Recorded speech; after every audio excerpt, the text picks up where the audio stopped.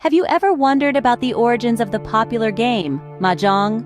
The history of Mahjong is as intriguing as the game itself, steeped in myth and brimming with tales of royalty, isolation, and ingenuity. One captivating story sets the stage in the court of the King of Wu, where a beautiful woman, consumed by boredom, began to carve domino-like tiles from ivory and bamboo. When her collection of tiles was complete, she enlisted her handmaidens in a game of strategy and chance, the very beginnings of what we now know as Mahjong. Enter Confucius, the renowned philosopher. As the story goes, he was so taken with this game that he decided to refine it, adding a variety of shapes and a set of rules. The name Mahjong itself translates to chattering sparrow, a nod to Confucius's fondness for birds. Yet the game wasn't for everyone. In fact, it was considered a royal pastime, exclusively reserved for the king's court. Commoners were strictly forbidden from taking part in this game of tiles and strategy, making it a symbol of status and privilege. But myths are not facts. And while these tales are colorful and captivating, they lack concrete historical evidence. Researchers suggest that Mahjong may have been inspired by dominoes and some ancient card games played in China during the 10th and 11th centuries. As for the place of origin, it's likely that Mahjong came from Shanghai, Jiangsu, or Anhui. There are no records of the game from other parts of China until the 1900s, which suggests that it was a regional pastime before it became a national, and eventually an international phenomenon. These tales of Mahjong's origins, mythical or otherwise, give us a glimpse into an era and a culture where games were not just pastimes, but symbols of status, privilege, and ingenuity. They tell us about the people who may have played the game, their motivations, and their creativity. Though these tales are fascinating, there's no concrete historical evidence to back them up. But they do add a certain charm and mystery to the game of Mahjong, don't they? The concrete history of Mahjong, however, begins much later. It's during the 19th century that we start to see a clear picture of the game's origins. The game as we know it today began to take shape in places like Shanghai, Jiangsu, and Anhui. These regions are considered the birthplace of the game, as they are the first to have historical records of Mahjong being played. The game's early form was likely inspired by existing Chinese games, such as dominoes and card games, which were popular during the 10th and 11th centuries. The unique blend of strategy, skill, and a dash of luck made Mahjong an instant favorite among the people of these regions. However, the game didn't spread to other parts of China until the 1900s. This delay could be attributed to the game's complexity and the time it took to craft the game pieces. In the early days, Mahjong tiles were made from ivory or bone, often backed with bamboo. These materials were not easily accessible everywhere, which might have slowed the game's expansion. Another intriguing aspect of Mahjong's history is the role of Western traders. They may have played a significant part in spreading the game beyond China's borders. The story of Confucius creating the game, while charming, is believed to have been a marketing ploy by these traders. The tale added an exotic appeal to the game, making it more enticing for Western customers. By the late 19th century, Mahjong had cemented its place in Chinese culture.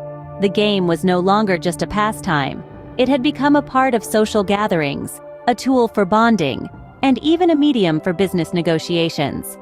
Regardless of its true origins, whether it was the creation of a bored court lady or the evolution of ancient Chinese games, Mahjong had become a phenomenon. From the 19th century, Mahjong began its journey from China to the rest of the world. The game that started as a simple diversion in the courts of ancient China was about to become a global sensation, with its unique blend of strategy, luck, and social interaction captivating players around the globe. Mahjong traveled across the oceans and into the hands of Western traders. The game that was once a courtly pastime began its journey westward in the 1920s, finding its way into the homes of Americans and citizens of other nations. Now, imagine this. The game became so popular that it led to an ivory shortage worldwide. Yes, you heard that right? The intricate tiles of Mahjong, traditionally crafted from ivory and bamboo, were in such high demand that ivory resources were strained. It was a game that had people chattering like sparrows, just as Confucius might have envisioned. But as the game traveled, it also transformed. The rules of Mahjong, once a closely guarded secret of the Chinese elite, were as varied as the places it reached. In America, for instance, myriad rules and ways to play cropped up, making the game a bit of a challenge to follow. Enter J.P. Babcock, a name that would become synonymous with Mahjong in the West. Babcock took it upon himself to simplify the rules of this beloved game. His book, Rules for Mahjong, was a hit, opening the doors of the game to many more players. This was no small feat, as it meant that Mahjong was no longer a game for a select few who could navigate its complex rules. Babcock's simplification was a game changer, quite literally. But Babcock didn't just make the game more accessible. His commercial success also helped boost the popularity of Mahjong, ensuring its place in Western culture. The American version of the game, thanks to Babcock and others, began to look quite different from its Chinese origins, with a large number of valid hands that can be formed when playing American Mahjong, a feature unique to this version. And so, the game that was once a pastime for a beautiful woman in a Chinese court, and later for the elite, had transformed into a game for everyone. The chattering sparrows had truly spread their wings. With these new rules, Mahjong became a game for everyone, not just the elite. As Mahjong spread, it began to change. Like a chameleon adapting to its surroundings, the game evolved to fit the cultures and preferences of its new homes. In America, for instance, the game underwent significant modifications. The rules became so numerous and complex that many found it challenging to follow. However, this changed when J.P. Babcock published a book titled Rules for Mahjong, simplifying the game and making it more appealing to new players. One notable difference in the American version is the large number of valid hands that can be formed when playing, a feature not seen in the original game. Across the Atlantic, Britain also welcomed Mahjong with open arms. However, just like their American counterparts, the British adapted the game to suit their tastes. Despite these alterations, the essence of the game remained intact, and Mahjong's popularity soared. Japan, a neighbor of China, embraced Mahjong even before America did. Over time, they too developed their own set of rules, further diversifying the game. Japanese Mahjong, unlike other versions, places a strong emphasis on strategy and depth. Despite these regional variations, one version stands out as the most widely played, Hong Kong Mahjong, also known as Cantonese Mahjong. This version retains many of the original game's elements, offering a balance between simplicity and complexity that has resonated with players worldwide. Each country's version of Mahjong carries the distinctive mark of its culture, from the American emphasis on variety to the Japanese focus on strategy. Yet, amid these changes, the heart of Mahjong remains the same, a game of skill, strategy, and a little bit of luck. So, while Mahjong's journey from the royal courts of ancient China to the digital gaming rooms of today's world has seen it transform in countless ways, its core essence remains unchanged. Each country left its mark on Mahjong, transforming it into a truly international game. The advent of the internet catapulted Mahjong to new heights. In the age of digital connectivity, the game found a new playground in the virtual world, where it could be enjoyed by people from all corners of the globe. Japan, ever at the forefront of technological innovation, was the first to introduce Mahjong to its online gaming rooms. This move allowed players to connect with others from around the world, breaking down geographical barriers and creating an international community of Mahjong enthusiasts.